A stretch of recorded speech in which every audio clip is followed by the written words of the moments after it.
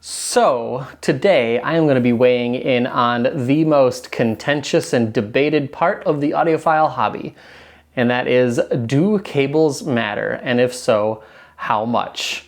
And with that being said, I am AV Obsessed, and if you're watching this video, that means that you probably are too.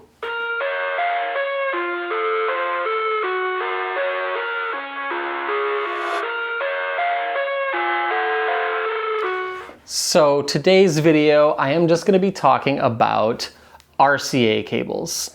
And the reason I'm going to be looking at RCA cables specifically in this video and seeing how much, if any, difference I can hear with a pretty decent range of RCA cables, everything from Amazon Basics, like whatever their $6 or $7 Amazon Basics RCA cables are, all the way up to Audioquest's most expensive RCA cable, the Audioquest Sydney, that comes in at $285. And for the past several days, I swear, for the past couple of days, I have never unplugged and plugged in so many RCA cables in my life. I've been just going back and forth between cables, comparing them to try to see how much of a difference I hear. And yeah, that's what today's video is going to be about, just RCA cables. And the reason I'm just looking at RCA cables right now is because I am using a Marantz Cinema 30 AV receiver to handle home theater surround sound duty for TV shows and movies, and then using the RCA outs from that, because unfortunately they don't put balanced XLR outs on most receivers. The only receivers that I know of that have balanced XLR outputs for the front left and right channels are the Yamaha Avantage RX A6 and A8, and then the Denon, what is it? The AVR A1. I'm probably getting that wrong, and I'll put the text up on the screen for the right receiver, but that one has 4 XLR outputs that can be used for subwoofers, or I believe you can reassign 2 of the XLR outputs to be your front, left, and right output. But other than those 3 AV receivers, those are the only ones that I know of that actually have balanced XLR outs. So for any other receiver going into a high-end amplifier like the Macintosh MC462 that I just picked up, you're going to be needing to use unbalanced RCA connectors to connect the amp and the receiver. And so I want to have the best possible quality connection between such a high-end amplifier and such a high-end AV receiver. So that was what I've been exploring for the last week or so. So who are the contenders? What cables did I compare doing this testing that I've done for the last few days? Well, starting off at the cheapest are just the basic Monoprice RCA cables on Amazon for $6.79, I believe, right now for the 3-foot cable. That is the cheapest one right now. And then I got Amazon Basics 4-foot, which I believe is the shortest that they sell it in. The 4-foot, I split these. They come together, like joined together as a pair, but I split them apart. But Amazon Basics 4-foot, just standard RCA cable here, coming in at like $9.34 or something like that.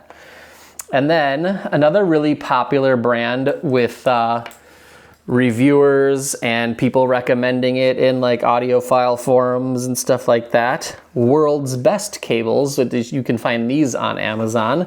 Actually, you can't find these exact ones anymore. I've had these for a while, and these are made with Mogami coaxial interconnect cable and Eminence gold-plated locking RCA connectors. You can't really find this exact cable on Amazon anymore, but these were, I believe, around like $35 when I bought them.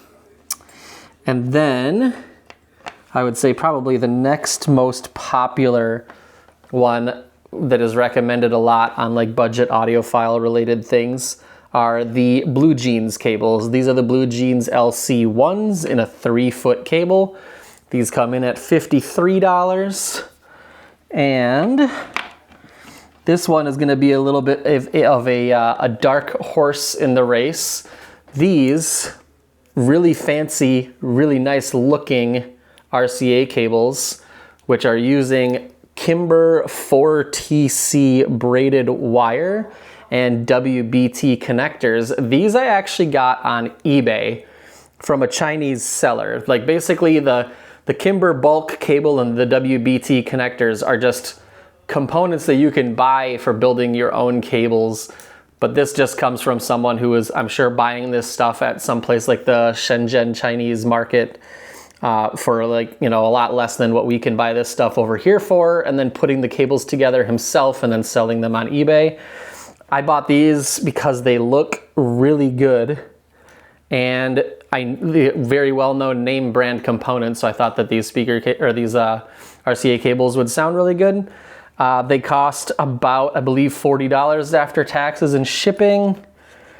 And then last, but definitely not least, especially in the cost department, are the Audioquest Sydney RCA cable. Well, I should say RCA cable because it goes into a single like round cable design and with a little Y splitter right here. And this is the shortest variant that this cable is available in, which is 1.5 meters or 4.9 feet, coming in at $285. Now, before talking about the sound quality that I was getting from each of these individual cables, I just kind of want to talk about just the design and build of them a little bit. And for basically the Monoprice cables here, they're pretty much as plain as you can expect for the price that you're paying. I honestly almost kind of feel like they're using the same bare wire as what Amazon Basics is using, but just with different connectors. Like the actual like suppleness of the coaxial RCA cable here and thickness and everything feels like it's pretty much exactly the same. Connectors are a little bit different on each of them though. Honestly, for the price that you pay for each of these, like they do feel very well built, very nice and easy to plug in and unplug from your components. They don't feel like they're gonna rip off the RCA connectors when you are plugging them in and unplugging them from components. And yeah, they are pretty basic and pretty much exactly what you would expect. The next two cables have some similarities going up to the world's best cables here. Now, when I'm talking about the world's best cables, that's the brand name. That's not like I'm saying these are the world's best cables, it's the brand. Most of you have probably heard of that, but I'm sure there's a couple of people that are watching right now who have never heard of them. But these guys make a ton of different cables using different connectors and different cabling. And these are just happen to be using these Eminence locking connectors. Now, these things, if you are in a situation like I have a friend who has a turntable connected to his AV receiver because it does 2-channel and surround sound duty, like I think most of us probably have to do because most of us probably don't have dedicated 2-channel listening spaces. But one time when I was on the phone with him, he was telling me that the volume that he was getting from his record player was a lot lower than what it was when he first got it and when I first went over and set it up for him. And when I got to his house and he put a record on, I noticed within probably about 5 seconds that one side was either completely unplugged or partially unplugged because the RCA cable had slipped out a little bit from the back of the turntable. He has cats, so it's not surprising that cats would do something like that. If he had something like these or the next cables that I'm going to show, that wouldn't be a problem because basically when you are installing these cables, you have to unscrew this collar right here, and that allows this connector to spread open a little bit. And then you slide that onto the RCA connector, and then you twist this down as tight as you can get it.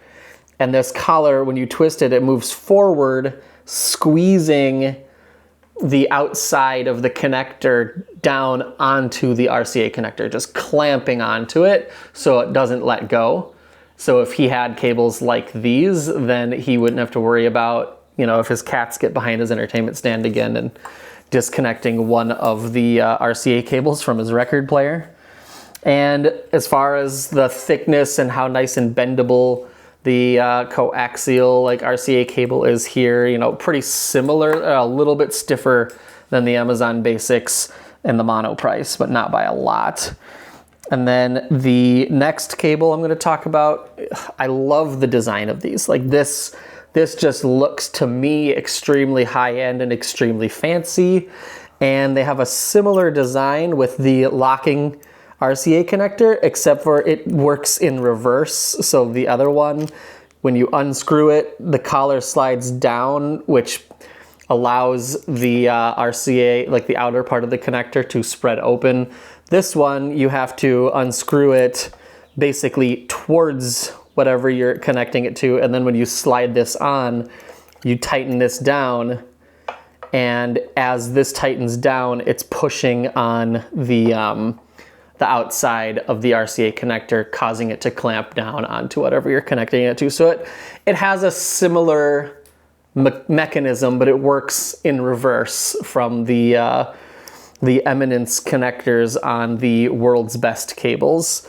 This system I don't actually think I like quite as much, because especially when you're connecting it to like an AV receiver where the RCA ports don't stick out super far, when you have this unscrewed all the way so that it's loose and you can get it on, it makes it so it's difficult to push this all the way into the RCA port of the device that you're connecting. So you basically have to push it in as much as you can, tighten this a little bit, try to push it in some more, try to tighten it some more, try to push it in some more, try to tighten it some more. Very surprising that it's not as good of a mechanism to me as what Eminence did on those World's Best cables, because these are WBT connectors, which are a pretty high-end connector. The company WBT makes high-end banana plugs, high-end binding posts, and like, you know, all sorts of basically audio connectors. Like that's all they make, and they make really high-end ones.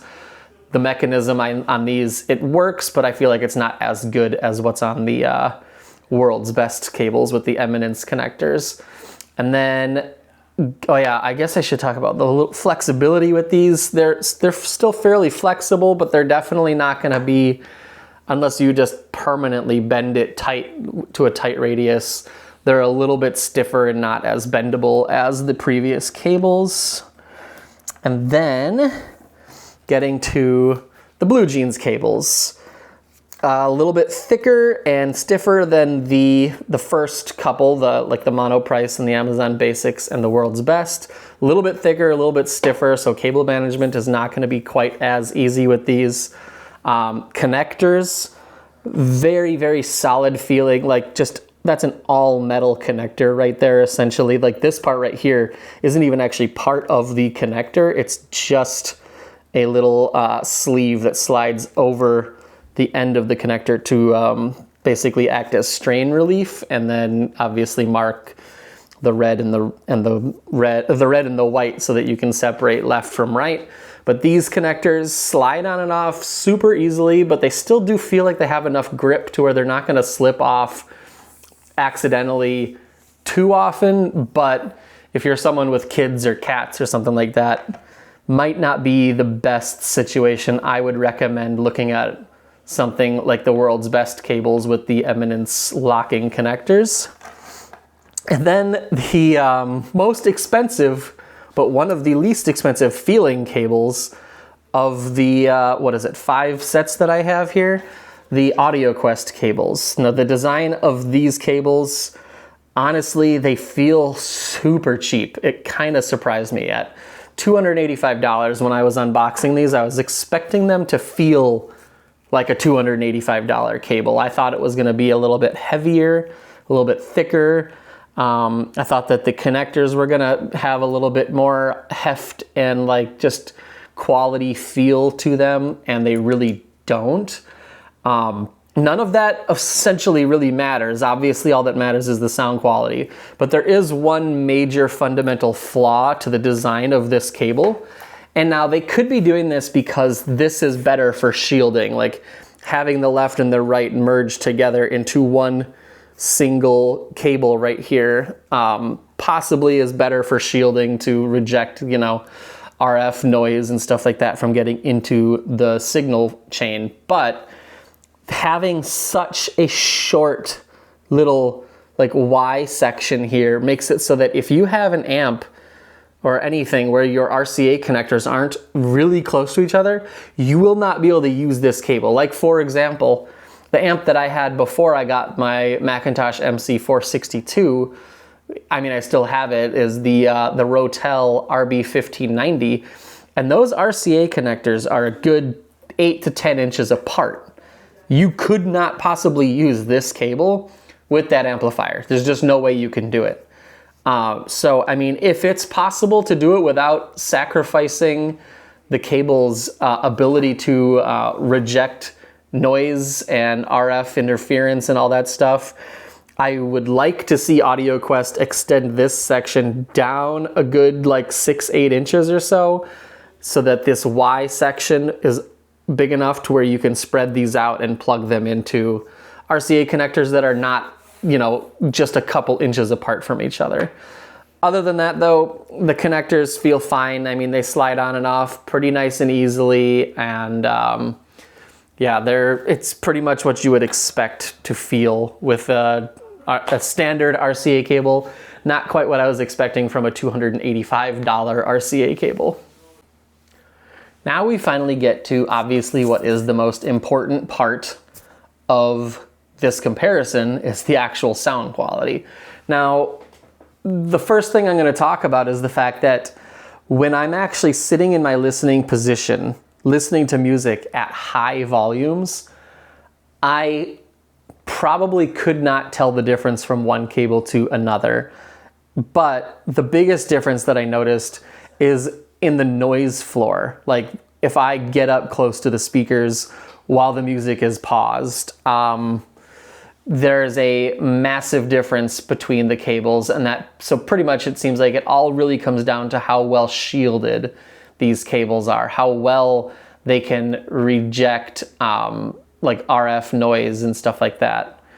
And I would have to say right off the bat, it is unfortunate because these are my favorite cables to look at, but these cables that I got on eBay that look amazing, they sound like crap. The noise floor, when I have these connected to my speakers, or I should say to my receiver, the noise floor through my speakers is just unacceptable. I could literally be 2 feet away from the speakers and I could hear them buzzing and hissing. It's essentially this braided like cable type here, offers absolutely no shielding, no resistance to radio interference or the 60 hertz hum coming from like the AC power cables that these are running close to. They just basically let in all of the noise, and then all of the noise gets amplified by the amplifier and gets played through your speakers. So these are out. Just don't buy them. Don't try to track down the cables that I bought and think, maybe I should buy those cables, because those do look pretty nice, because they sound awful.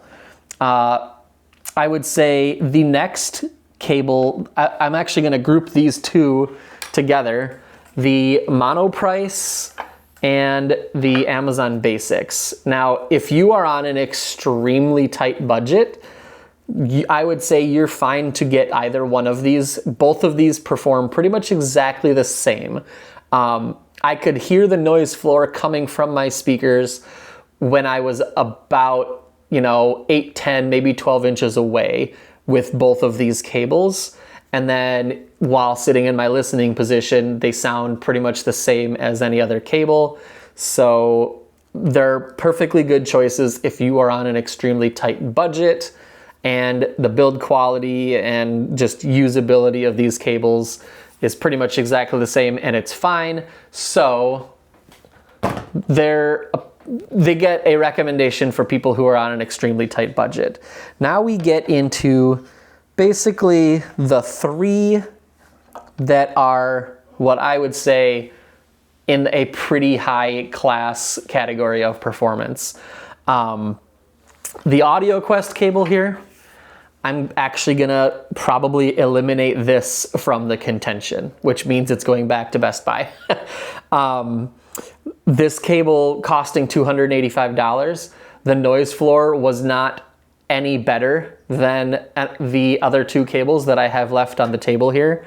And I didn't hear any appreciable difference whatsoever when actually listening to music at high volumes, sitting in my listening position about 10 feet away from the speakers, which for $285, I would expect to hear some kind of a difference with an RCA cable. And the fact that I didn't pretty much means that this is going back to Best Buy, and I don't need those cables. So the contenders for like the #1 recommendations come down to the world's best cables that I have right here. Now remember, they're a very specific like make of cable because they make so many different cables using different cable and connectors. And then the Blue Jeans LC ones. So basically, since you can't really buy this exact version of the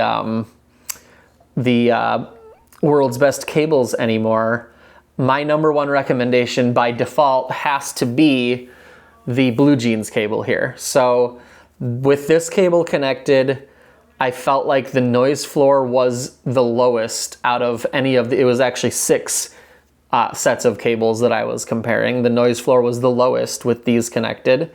And I mean, like I said, none of them really seemed like they had an appreciable difference when listening to music from my seating position. So these are going to be my #1 recommendation. Now, if you have kids or cats or your stuff gets moved around a lot and you're worried about the connectors slipping out, because that is the one extremely minor downside to these. Like these are really good cables, and I'm in my situation where I don't have any small children or pets running around. I don't have to really worry about my cables coming disconnected.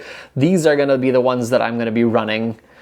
But if I was in a situation like my friend who's got 2 cats in his house and already has had his RCA cables get disconnected from his turntable in the past, I would find a set of cables that are using these eminence locking RCA connectors, because then you don't need to worry about your cables coming disconnected, and the sound quality from these versus the sound quality from these was essentially identical. So you can't go wrong either way. Now, the one thing I would say is make sure that whatever you do buy, if you go and try to find some cables from World's Best Cables using the Eminence locking RCA connectors, make sure it's one of the ones that's using a very like well shielded cable, because that's in my opinion, the biggest difference from one RCA cable to another is the quality of the shielding, and the better quality of the shielding, the better the noise floor is going to be.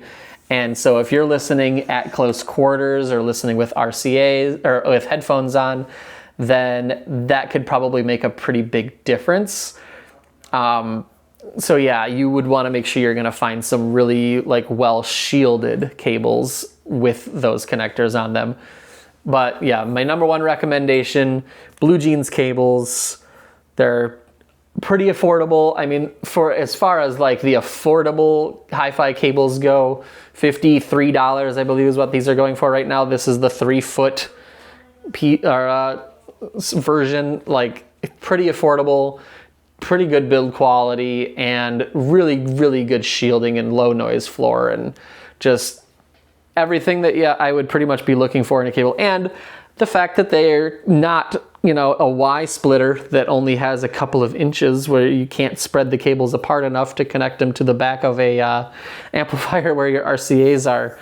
really far apart is also an added bonus. So yeah, that's today's video. Just going through all of my RCA cables that I had in the house to figure out which ones sound the best. And if you guys have any suggestions for me, leave that down in the comments, because at this point at least, my channel is small enough, I still read all of my comments. So if you guys have something that I didn't look at to suggest that's in the, basically I would say I'm not looking to buy anything more expensive than that Audioquest cable.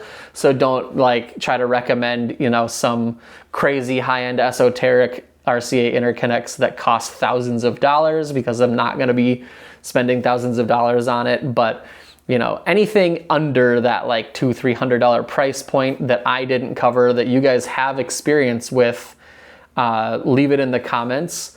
If you are a manufacturer and you want to reach out to send me review samples so that I can do some comparisons, there will be an email in the description down below where you can send the information off to.